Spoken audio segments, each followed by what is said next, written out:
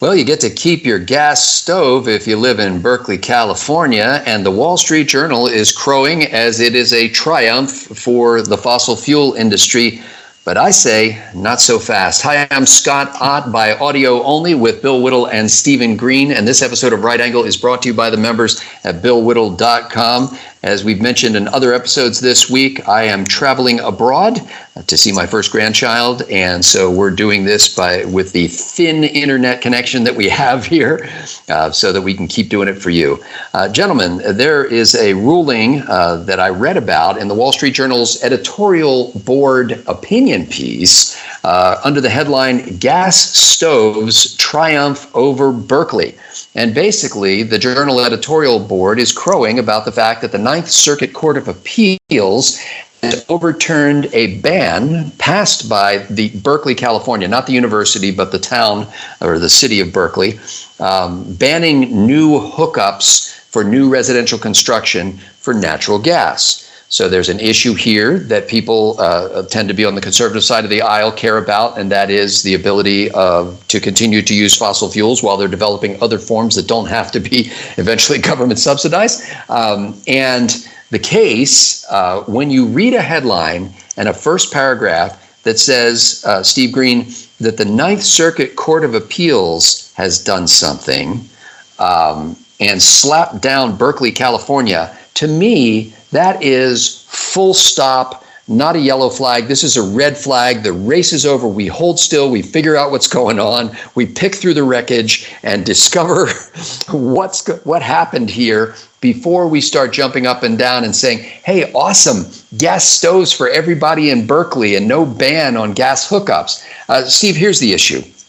And this is a very complicated thing that goes back to a 1975 act that Congress passed in the wake of the OPEC oil embargo, where they basically drove up the price or tried to drive up the price of gasoline at the pump. We had rationing for those of us old enough, Bill and I anyway, old enough to remember. There was rationing, every other day or Wednesday, Tuesdays, and Friday. even numbers for third, Yes. Now, as it turns out, in hindsight, we look back on that period of time and realize that the reason why we had long lines at the gas tank is because everybody was overfilling their gas tank. People changed their behavior because they thought there was a crisis. And so America's Strategic Petroleum Reserve was driving around in America's station wagons.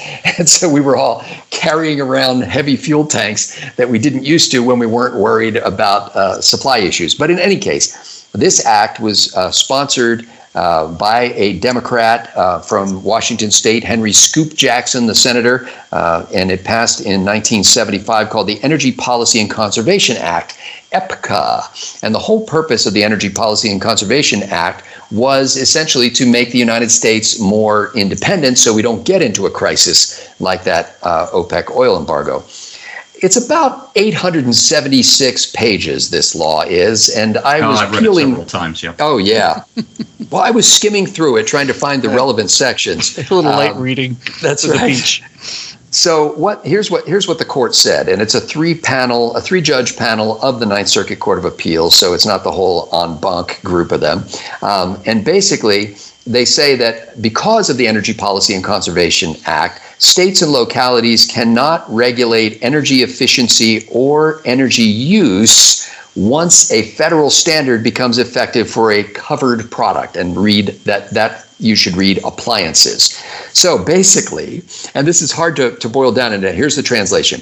Under the Act, locals can't regulate energy use if the federal law already references that covered product or appliance. Therefore, if no appliances are hooked up in an area like Berkeley, that affects energy use. And so the local government can't have anything to say about that. They can't ban gas hookups because it would affect commerce. Steve, what I immediately went to was the 1942 Supreme Court decision in Wickard versus Filburn, where the farmer who was feeding his own grain to his own chickens was determined to have affected interstate commerce, and therefore Congress could require him to buy grain on the open market that he didn't need because he had his own grain. Yeah, and that, one of the worst decisions ever. Yes, and that led to Obamacare.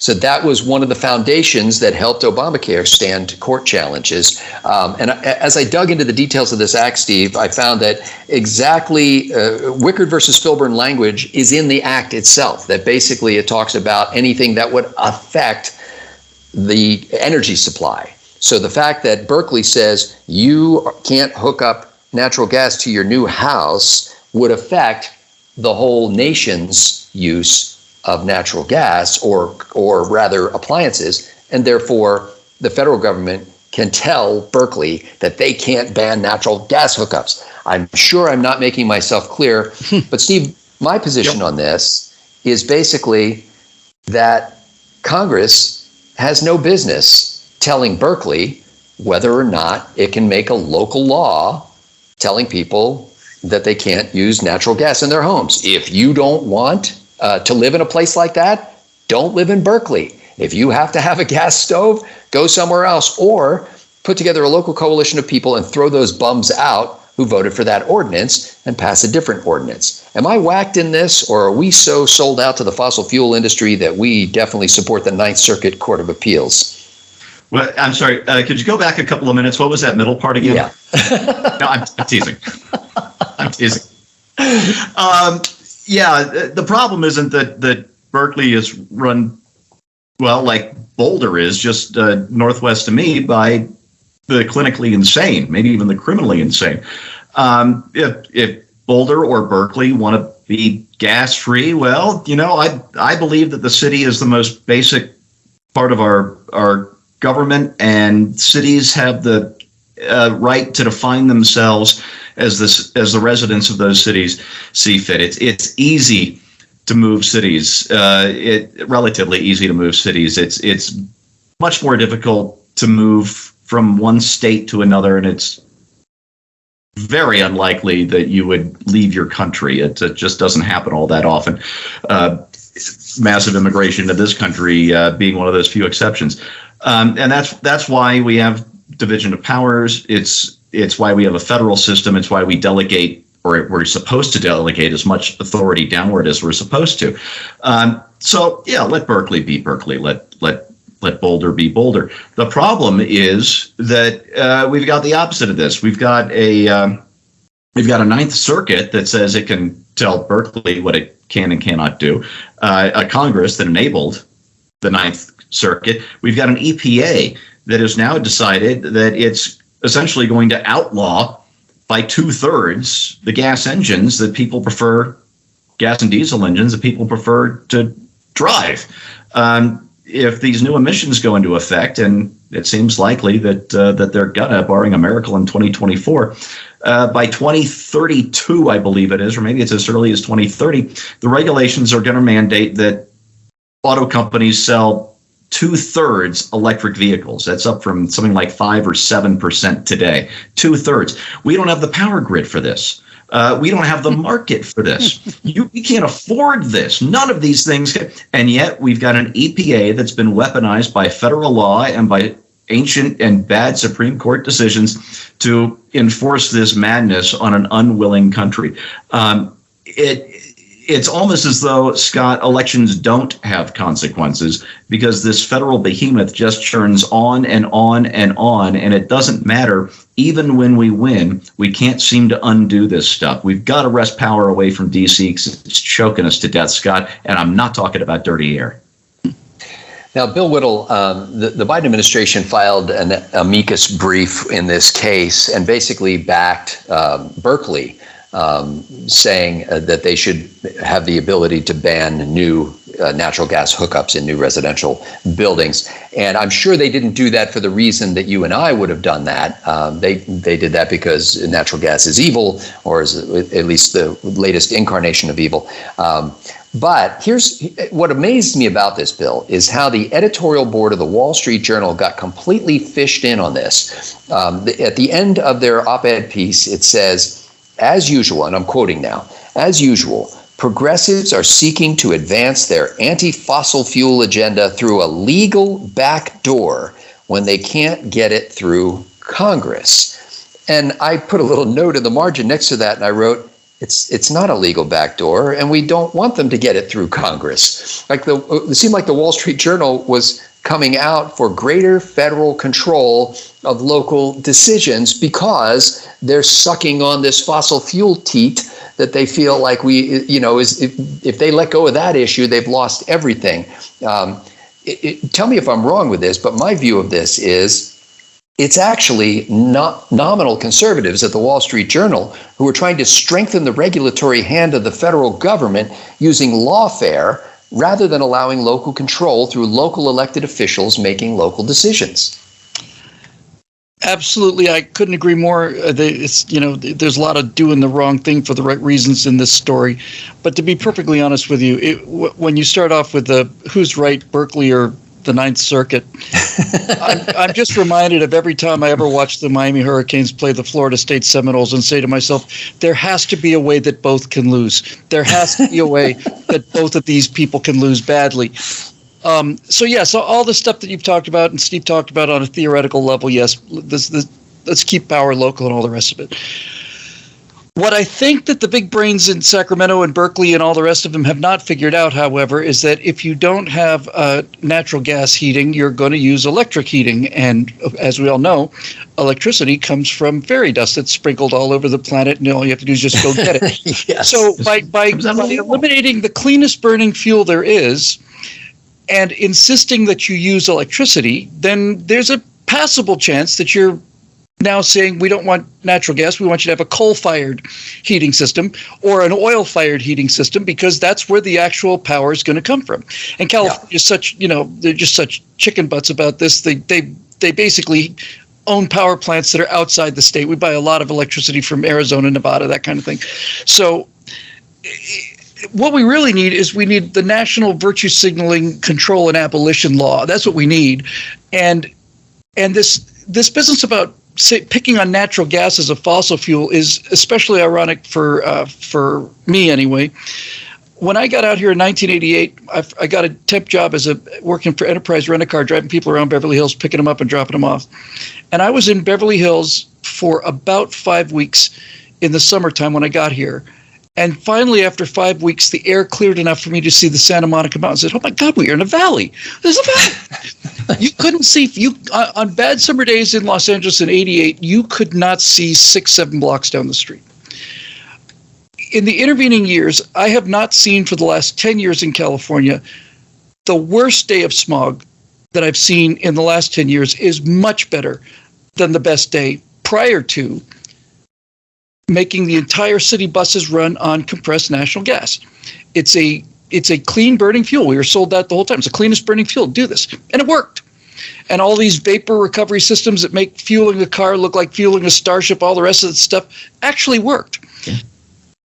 So to hear now that what used to be their champion fuel is now the arch enemy is telling me that it's not got anything to do with the environment, because this is what California was pushing for 20, 30 years until we started making enough natural gas so that we were energy independent, at which point now natural gas has to be completely demonized because it's generated by fracking. And as we all know, that's going to crack the Earth's core.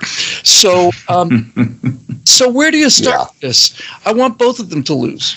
But ultimately, this idea of, well, we're going to save carbon emissions by making you use electric instead of gas is this idea of we're going to make a blanket longer by cutting a foot off of one end and sewing it onto the other. It's just madness, and couldn't happen to a nicer bunch of people. So just as I begin to speak, a siren is going by in my South American abode here. That's awesome. This reminds me of so many things in our history and the lessons we never learn. It reminds me of a particular incident that happened to me personally. I was at a public meeting and I asked a question of the Attorney General of my heavily Republican home state, who's an alleged conservative, who was pushing legislation at the state level to limit tax increases at the local level. And I basically asked the question, wouldn't it be better to allow local control and people can decide who they want to elect in their local towns and cities, and whether they want to stomach the tax increases or whether they want to move elsewhere or however they want to handle that? Wouldn't that be better? And the Republican Attorney General told me that the reason why we needed legislation was because voters had called the offices of their state representatives and demanded they do something. And the worst thing an elected official can ever do is do something. Yeah.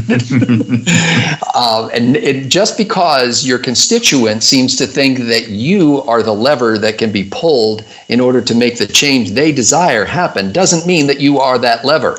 But this was the argument of the lieutenant governor of a very Republican state, who himself would crow about how his conservative bona fides. Local governments should be allowed to make stupid local decisions. Yes. And they should then have to face the voters in the next election cycle.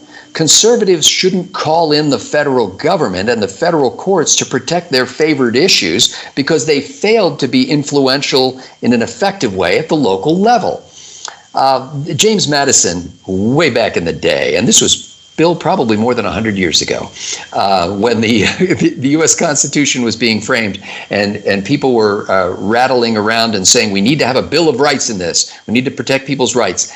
Madison didn't want to put a Bill of Rights in the U.S. Constitution. Good argument. Because his understanding of the Constitution was it's a limiting thing on the federal government, and he didn't want the federal government to think it had anything to say about human rights. And it had nothing to do with the things that later showed up as part of the Bill of Rights. Now, when the Bill of Rights were actually crafted, Madison helped to shepherd them through because he wanted to make sure they were written as well as they possibly could be, given the circumstance. But his argument was, if you let the federal government put this in their charter document, then they're going to believe that they have influence over this, and they're going to believe that they can legislate regarding these issues like freedom of speech and freedom of religion and the right to keep and bear arms and things like that. As it turns out, Madison was prescient when it came to all of this. I think the lesson in this overall is that with this Energy Policy and Conservation Act of 1975 and so many others, anytime Congress takes action on an issue, it exerts authority in that realm and forever after usurps local control. And so if you're a conservative, whatever your big issue is, whether it be abortion or transgenderism or gay marriage or energy, whatever it is, don't sell out the process with the goal of achieving your desired outcome. Always, always, always look at the process. And here, we've made a major process mistake. And the Ninth Circuit Court of Appeals was more than happy to slap down Berkeley for the sake of greater federal control of your private life. For Bill Whittle and Stephen Green, I'm Scott Ott. Thanks to the members at BillWhittle.com for making Right Angle possible.